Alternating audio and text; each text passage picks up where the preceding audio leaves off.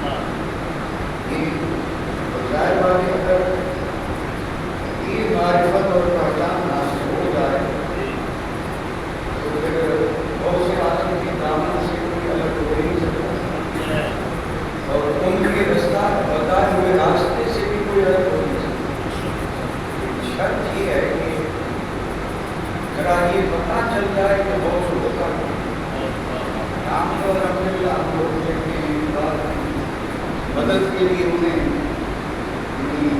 بغیر کسی وقت کا خیال کیے ہوئے جب جی میں آیا المددگار غوث بھی تو ایسے مہربان ہیں کہ یہ نہیں دیکھتے کہ آپ یہاں ایسا ہو کر لڑتی ہے یا لڑکی ہے، کیونکہ ان کو تو اللہ نے یہ ذمہ اور یہ فضیلت دی ہے کہ انہیں تو مدد کے لیے پہنچنا ہے اور سچائی سے کوئی روک لانے والا۔ اب میں نہیں چاہتا ہوں کہ بڑے اختصار سے، وقت بہت کم ہے اور اس مہینے کا اکثر حصہ بھی گزر چکا ہے اور آپ نے تذکرے کے الحمدللہ بہت سنے اور آئندہ بھی سنیں گے اس کو۔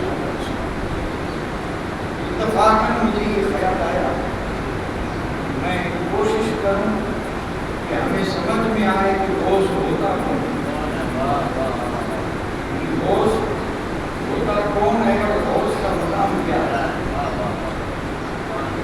اس کے لیے پہلے میں صرف ایک جملہ بولوں گا، ایک جملہ، اور یہ مبنی پر حقیقت ہے، اور وہ جملہ یہ ہے کہ غوث وہ ہے جس کے سبب سے یہ کائنات بنی۔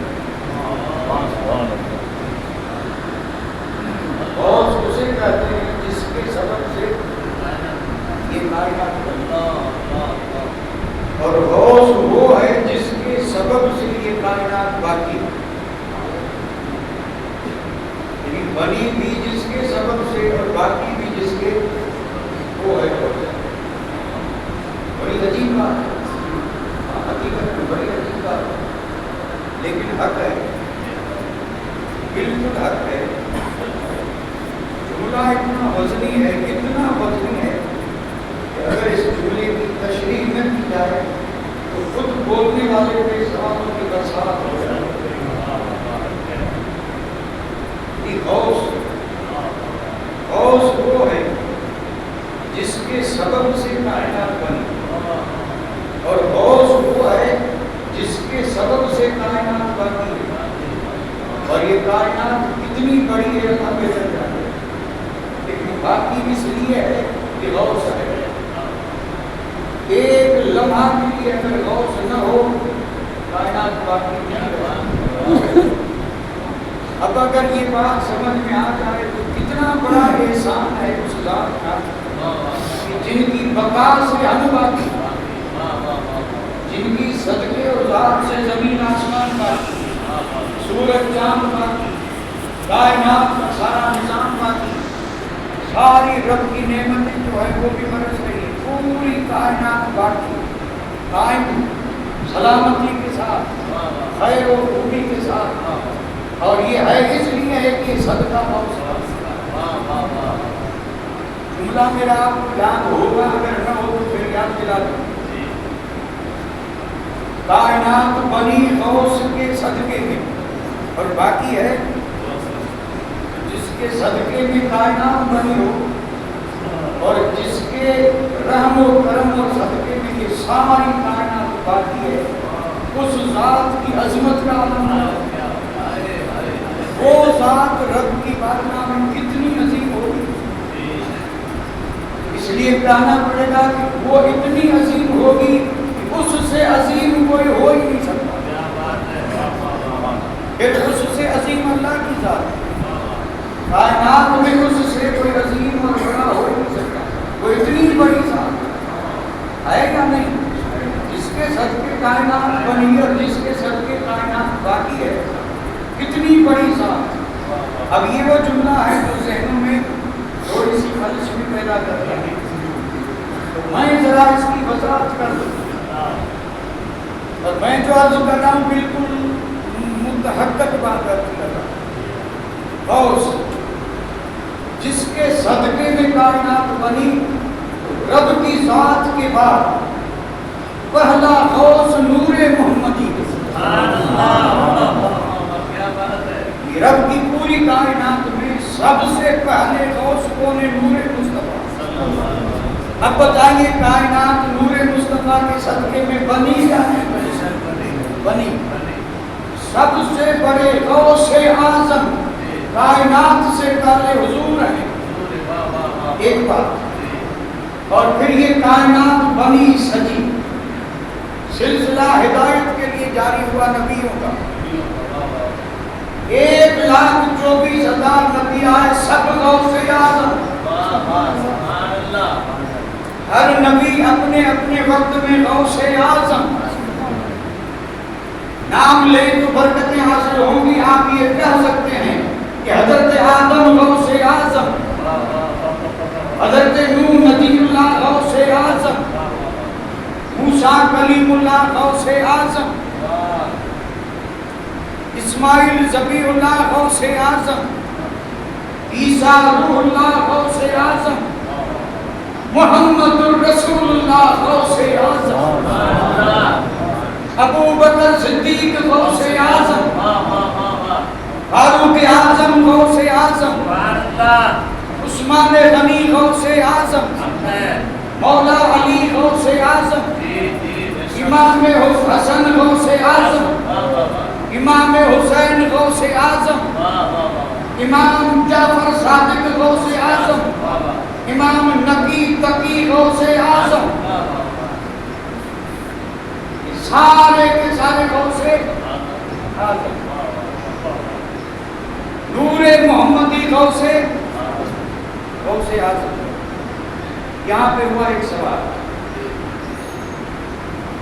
جب یہ سارے غوث اعظم ہیں، پھر کسی کو بھی غوث اعظم کے نام سے پکارا کیوں نہیں گیا؟ بھائی نبی اللہ، خلیل اللہ، ذبیح اللہ، مسیح اللہ، کلیم اللہ، رسول اللہ، حبیب اللہ،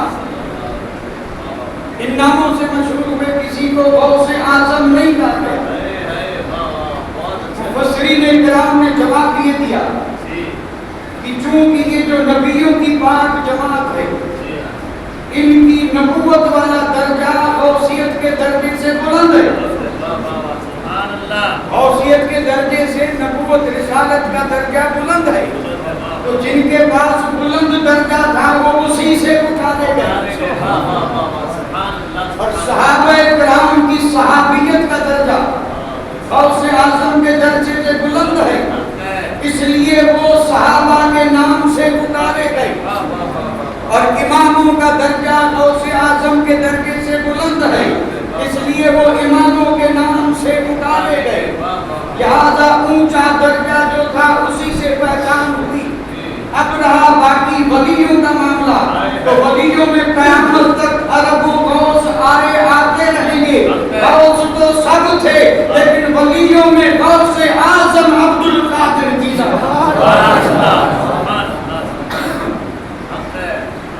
پوری کائنات میں اس نام سے تھے سب، لیکن اس نام سے اگر زمینوں اور آسمانوں میں کسی کی پہچان ہوئی اور کسی کا چرچا ہوا تو میرے اور آپ کے نہیں بلکہ پیروں کے پیر عبد القادر جیلانی کا۔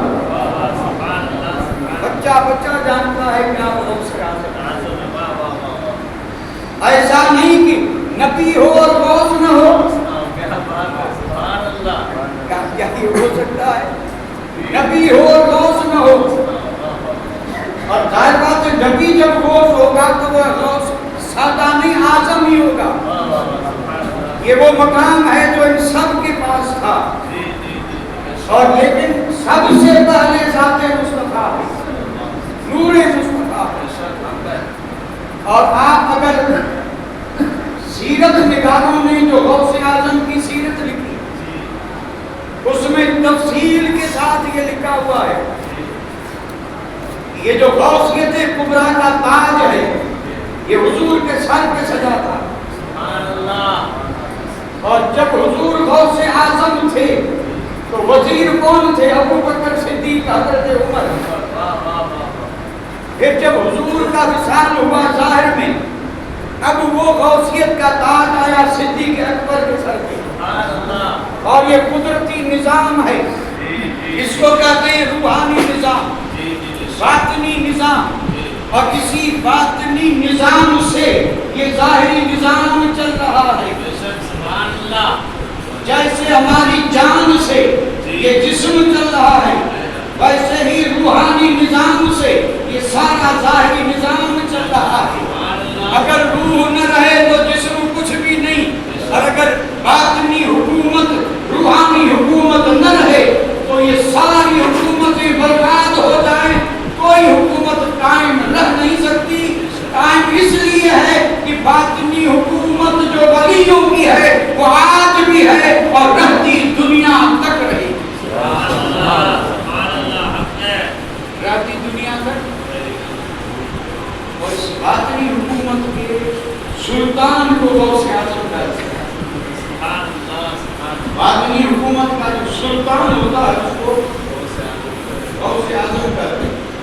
ہم اس سے ایک نام لیتے ہیں ولی، اور اگر زیادہ ہم نے کچھ کہا تو اولیاء اللہ، اولیاء اللہ، اولیاء اللہ، پھر یہ تو وہ زیر و زبر کا فرق تو ہوتا ہی رہتا ہے۔ اولیاء اللہ، اولیاء اللہ، اللہ کا ولی، اللہ کے ولی، ہم تو اتنا ہی پہچانتے ہیں، لیکن یہ ولی ہیں ضرور ایک گریڈ کے نہیں، ایک گریڈ کے نہیں۔ اور جب ان کا گریڈ ایک نہیں ہے تو ان کی ذمہ داریاں بھی برابر نہیں ہیں، ان کی ذمہ داریاں بھی گریڈ کے مطابق ہیں، گریڈ کے مطابق ہیں۔ اب ہم تو سب کو ولی کہتے ہیں، لیکن اولیاء میں وہ 4 ولی ہیں جنہیں اوتاد کہا جاتا ہے، اور یہ صرف 4 ہی ہوتے ہیں، صرف 4، صرف 4۔ اور ان کی ذمہ داری کیا ہے؟ زمین کو محفوظ رکھنا، زمین نہ ہلے۔ وقت مانا میخ، چاروں کونوں پہ رب نے 4 ولی بٹھا دیے میخ کی طرح، خراسی حرکت آتی ہے یہ عبرت کے لیے، ورنہ اگر میخیں نہ ہوں تو زمین ہلتی ہی رہے گی۔ اور یہ میخیں 4 ولی ہیں جو زمین کے چاروں کونوں پہ بیٹھے، اور رب نے انہیں اتنا اختیار، وہ اتنے پاورفل ہیں کہ وہ ساری زمین کو روکے ہوئے ہیں۔ یہ بھی ولی ہے۔ 7 بدل ہیں، 7 اس میں نہ کمی نہ بیشی، اور ایک لمحہ کے لیے ہے انسان، ہے انسان۔ اور 7 کھنڈ، 7 ولی، ایک کھنڈ ایک ولی کی نظر میں۔ ایشیا کھنڈ کتنا بڑا، لیکن اس کا بدل ایک پورے کھنڈ کو سنبھالے بیٹھا ہے۔ اور انسان ہے اس لیے جیسے ہی وصال ہوتا ہے فوراً غوث اعظم اس کرسی پہ کسی نہ کسی کو بٹھا دیتے ہیں، کرسی خالی نہیں رہتی۔ ہماری پارلیمنٹ کی کرسیاں 5 سال خالی ہی رہتی ہیں، لیکن کوئی فرق نہیں پڑتا۔ اور یہ جو باطنی نظام ہے اس میں جو اللہ نے اس کو سنبھالنے کے لیے ولی پیدا کیے، تعداد بھی متعین اور پھر کرسی بھی بھری ہوئی، خالی ہوتے ہی ذمہ داری غوث کی ہے۔ اسی وقت بغداد میں بیٹھے بیٹھے چاہے جسے چاہے اس مقام پہ پہنچا کے اور وہ عہدہ دے دیں۔ کہیں تو مجوسیوں کو بٹھا دیا، کہیں بے ایمانوں کو بٹھا دیا، لیکن نظر میں وہ کمال تھا کہ کلمہ بھی پڑھایا، خدا سے بھی ملایا، ابدال بھی بنایا اور کھنڈ کی حکومت بھی دی۔ یہ صرف 7 ہو گئے، کیونکہ کھنڈ 7 ہے نا۔ یہ کھنڈ والا مسئلہ جو ہے یہ چونکہ جغرافی مسئلہ، اور یہ جغرافی جو ہے یہ مدرسوں میں کم پڑھائی جاتی ہے، اسکولوں میں زیادہ پڑھائی جاتی ہے۔ تو یہ کھنڈ والا مسئلہ مجھ سے اس کو آپ زیادہ جانتے ہو۔ ایشیا، افریقہ، امریکہ، یوروپ، آسٹریلیا، یہ کھنڈ ہے۔ اور بر اعظم جس کو ہم کہتے ہیں، سب سے بڑا کھنڈ بر اعظم ایشیا، جس میں نہ معلوم کتنے ملک ہیں، نہ معلوم کتنے ملک ہیں، لیکن یہ سب ایشیا میں ہیں۔ اتنا بڑا یہ معاملہ، رقبہ، اتنے ملک سنبھالنے والا ایک ہے، سنبھالنے والا۔ اگر وہ نہ ہو تو یہ ملک چل نہیں سکتے، حقیقت میں نہیں چل سکتے، بالکل نہیں چل سکتے۔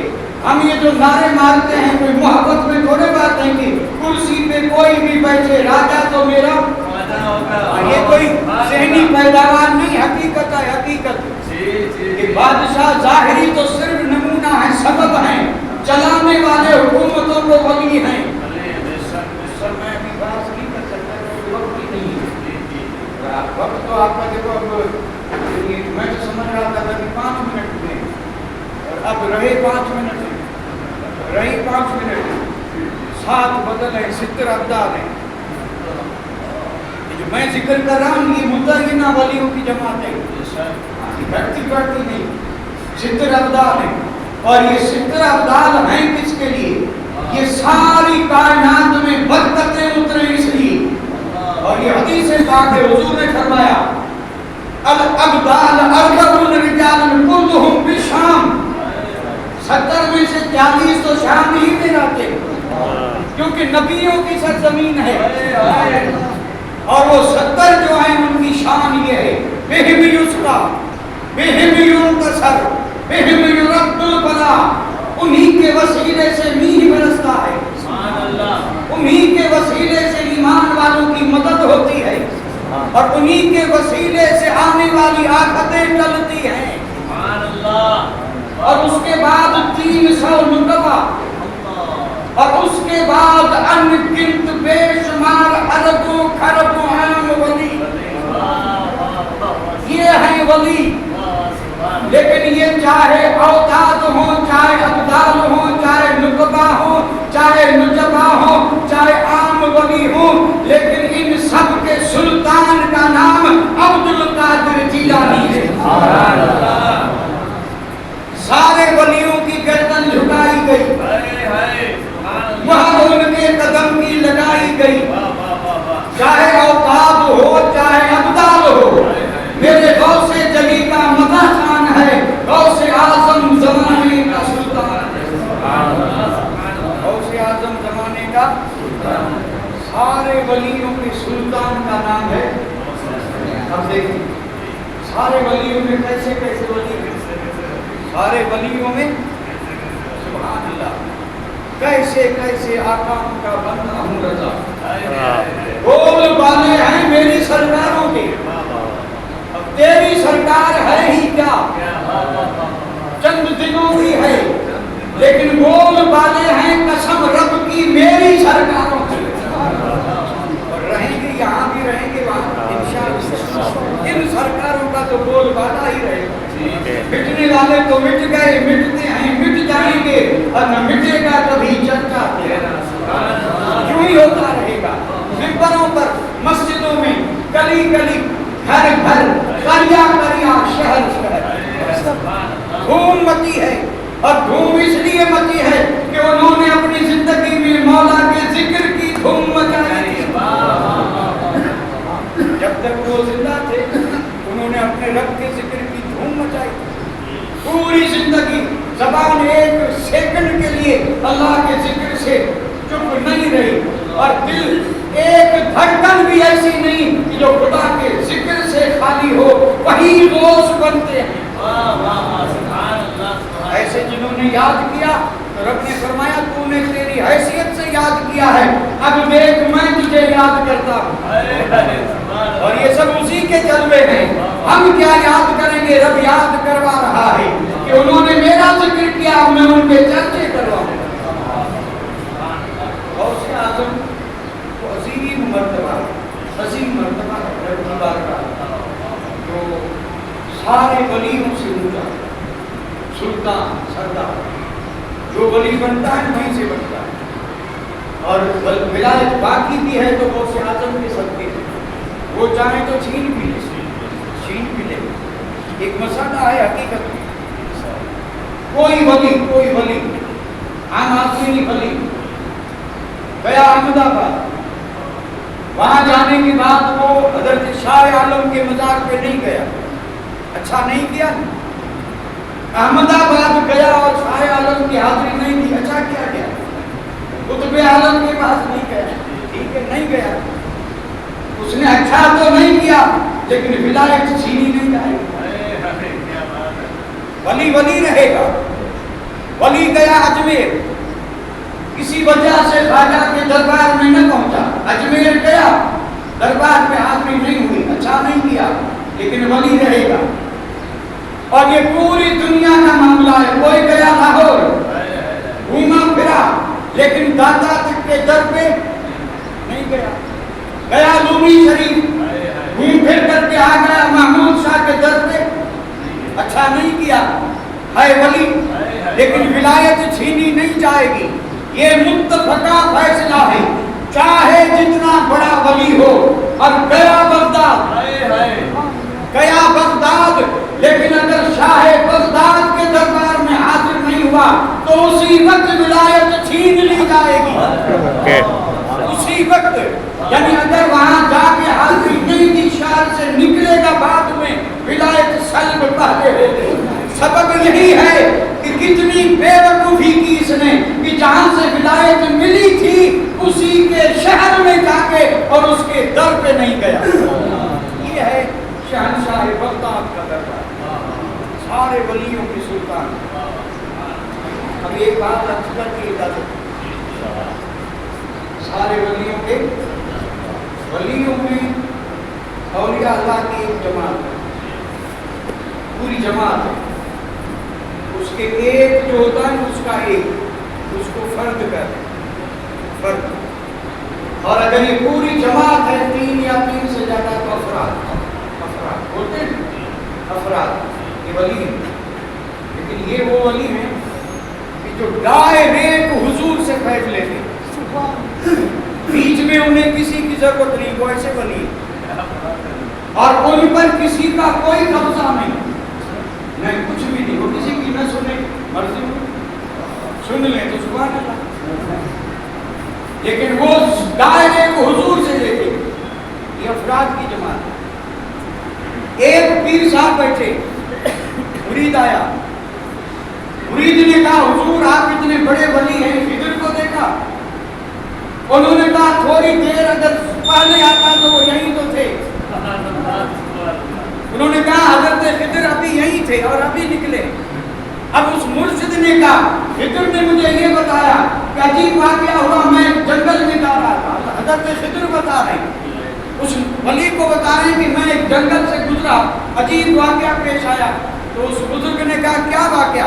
فرمایا بیابان جنگل، پہاڑ کی چوٹی پہ نور نظر آیا، نور نظر آیا۔ تو حضرت خضر نے کہا کہ دیکھو ہے کیا؟ تو میں چل کر کے جب وہاں گیا تو دیکھا ایک مرد چادر اوڑھ کے سویا ہے، ایک شخص، ایک آدمی چادر اوڑھ کے سویا ہے، اور یہ آسمان سے زمین تک اس چادر کا نور ہے، اس ولی کا نہیں، چادر کا۔ تو حضرت خضر نے اس بزرگ سے کہا میں نے دیکھا کہ اتنا کامل ہے، سویا ہے، تو میں نے پاؤں پر ہاتھ رکھ کے جھنجھوڑ کے کہا اٹھ، سویا کیوں ہے؟ تو اس نے اتنی یعنی جوان مردی کے ساتھ صرف چہرے سے چادر ہٹا کے کہا خضر تو تیرا کام کر، مجھے اپنے حال میں رہنے دے۔ حضرت خضر نے کہا یہ سویا ہے جگہ، تو اس نے کہا تیرا کام کر، مجھے اپنے حال پہ۔ حضرت خضر نے کہا ٹھیک ہے دعا تو کر دے۔ فرمایا دعا کر لیتا ہوں، شرط ہے۔ اور شرط کیا؟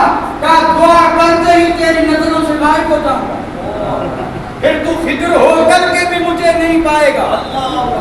اور اس نے ہاتھ اٹھایا اور کہا اللہم مغفر حظہ فی ذاتک مولا، تیری ذات میں خضر کے حصے کو زیادہ کر۔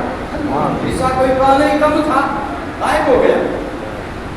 حضرت خضر فرماتے پھر بھی ذرا آگے بڑھا، قریب میں دوسرا پہاڑ تھا، مجھے اس پہ روشنی نظر آئی، اور جب میں اس روشنی پہ پہنچا وہاں دیکھا ایک عورت مائی صاحبہ اپنی اوڑھنی اوڑھ کر کے سوئی ہے، عورت ہے، اوڑھنی اوڑھ کے سوئی، اوڑھنی سے نور نکل رہا ہے۔ تو حضرت خضر نے ارادہ کیا ذرا اسے بھی جگاؤں، جگانے کے لیے ہاتھ بڑھایا ہی تھا کہ غیب کی آواز آئی خضر خبردار، ہاتھ مت لگانا۔ آپ کہتے ہیں میں جب سیدھا کھڑا ہو گیا تو اس اللہ کی بندی نے بڑی بے احترامی کے ساتھ کہا خضر جب روکے گئے تب رکے، جب روکے گئے تب رکے۔ اور پھر حضرت خضر نے کہا دعا کر، فرمایا شرط پر اگر غائب ہو جاؤں تو ناراض مت ہونا. کہا ٹھیک ہے غائب ہو جانا، دعا تو کر دے. اس نے بھی دعا وہی کی، اور دعا کیا تھی کہ اللہ اپنی محبت کا حصہ تجھے اور زیادہ دے. غائب ہو گئے. اب وہ جو بزرگ تھے جن کو حضرت خضر یہ واقعہ سنا رہے تھے، اس نے کہا حضرت یہ تھے کون جو آپ سے بھی ایسا برتاؤ؟ کہا یہ افراد تھے. یہ کون تھے؟ یہ افراد تھے. اور یہ دونوں میاں بیوی تھے، یعنی بیوی بھی افراد اور میاں بھی فرد. اور جو ڈائریکٹ حضور سے لیں، خضر سے بھی کہیں چل. اس بزرگ نے حضرت خضر سے پوچھا کہ حضور کے سوائے کوئی اور بھی ہے جس کا ان پہ حکم چلتا ہو؟ تو حضرت خضر نے کہا اگر ہے تو عبد القادر جیلانی ہے. افراد ہیں جن میں کسی کا نہیں، حضرت خضر بھی نہیں، لیکن قسم رب کی جہاں غوث اعظم قطب الاقطاب ہیں، غوث الاغواث ہیں، وہاں شان میرے دادا کی یہ ہے، غوث اعظم کی یہ ہے کہ وہ کائنات میں فرد الافراد بھی ہے. فرد الافراد بھی آپ کی ماں کا، ان پر بھی حکومت چلتی ہے. اس لیے کہا گیا کہ وہ سارے ولیوں کے کیا ہیں؟ سلطان ہیں. وما علینا الا البلاغ. وآخر دعوانا